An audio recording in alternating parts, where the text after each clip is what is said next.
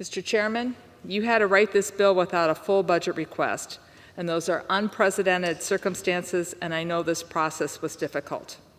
Now turning to the bill, Mr. Chair. Fiscal year 2026 Defense Appropriation Bill Acts totals $831.5 billion. That's the same level that DoD is currently operating at under the full year continuing resolution. This bill was written without having any of the full fiscal year 2026 budget requests in front of us, and that's a huge problem, and let me explain why. The Defense Appropriation Act is this committee's largest discretionary funding bill. It's a complex piece of legislation dealing with a wide range of national security issues such as the construction of ships and submarines, the launch of technology and advanced satellites, the development of hypersonic weapons, and most importantly, supporting our service members and their families who bravely serve our nation. It is in the best interest of our nation for our defense bill to be written the right way, and that is done with thorough analysis. Mr. Speaker, could I ask for the House to be in order, please? The gentlewoman will suspend. The committee will come to order. Thank you. The gentlewoman is recognized. Thank you. The DoD's programs require detailed annual review because these programs naturally ebb and flow over time. The only way for our subcommittee to analyze this information and write a thoughtful and thorough, informed bill is to review a full budget request. Now, I want to take a moment just to illustrate that, Mr. Chair. These two poster boards represent a single DoD program that we fund. This is a future long-range assault aircraft. This is an advanced helicopter for the Army. This poster shows the 9-page congressional budget justification documents for this program from last year's budget request. These documents represent critical, granular details that the subcommittee needs to properly evaluate the DoD programs. It not only shows us what the request is for the coming fiscal years, but also what's expected over the next 5 years. Now that detail, the next 5 years, is how we can see if the program is still on target compared to the previous year. And this is important. Why? Because we don't have clean audits from the Department of Defense, except for the Marine Corps. These documents are the only way we can track the money. These documents are part of the normal budget process that every administration and Congress has operated under. This year, because President Trump's administration failed to submit a full budget request, what do we have to write this bill? Mr. Chair, I call your attention to the second poster board. The number you see here, one line. This represents all that we received on the future long-range assault aircraft to write this bill. 9 pages of background on one hand and one number on the other. This administration gave us almost no information to make decisions, and that is completely unacceptable. I wonder what the majority's action would have been if the Biden administration had failed to submit a budget request. The fact is, we did not have President Trump's plan for his defense priorities when this bill was written.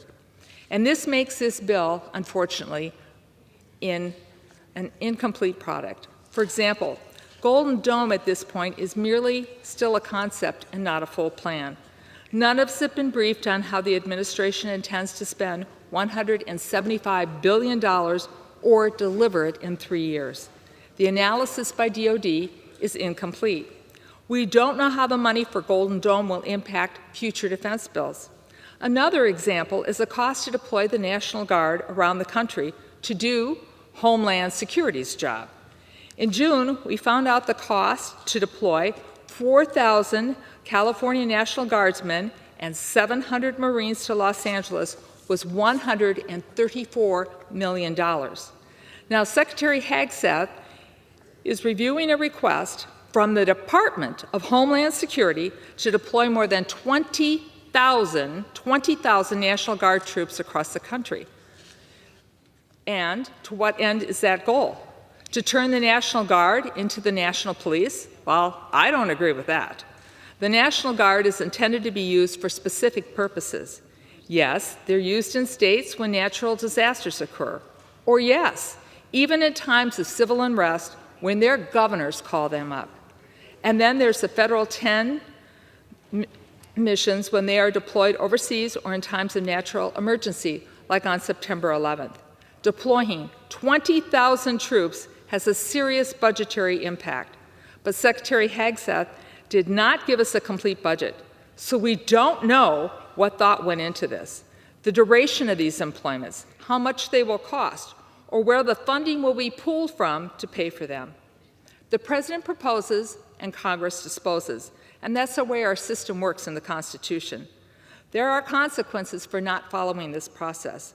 We may end up buying too much of one platform, wasting precious taxpayers' dollars, or we may end up buying too little of another, leaving a gap in our abilities to defend our country. When we write this bill without seeing the full budget request, we fail to maximize the buying power for the taxpayers. It is deeply unfortunate that the Trump administration, and OMB in particular, has put the committee in this position. This bill also includes many of the same poison pill writers that were in previous House versions of the defense bill. These partisan social writers should never become law. They lead us down to a road that once again may result in a full-year CR. Last year's CR was bad enough. A second one would be a catastrophe. Our national security cannot afford to lose another year. Once again, this bill limits the service personnel and their families to receive the reproductive health care they deserve. Women make up almost 20% of the military service, and many women service members live in states that have limited or banned access to reproductive care. Once again, the provisions that disenfranchise gay, lesbian, and transgender service members are included in this bill.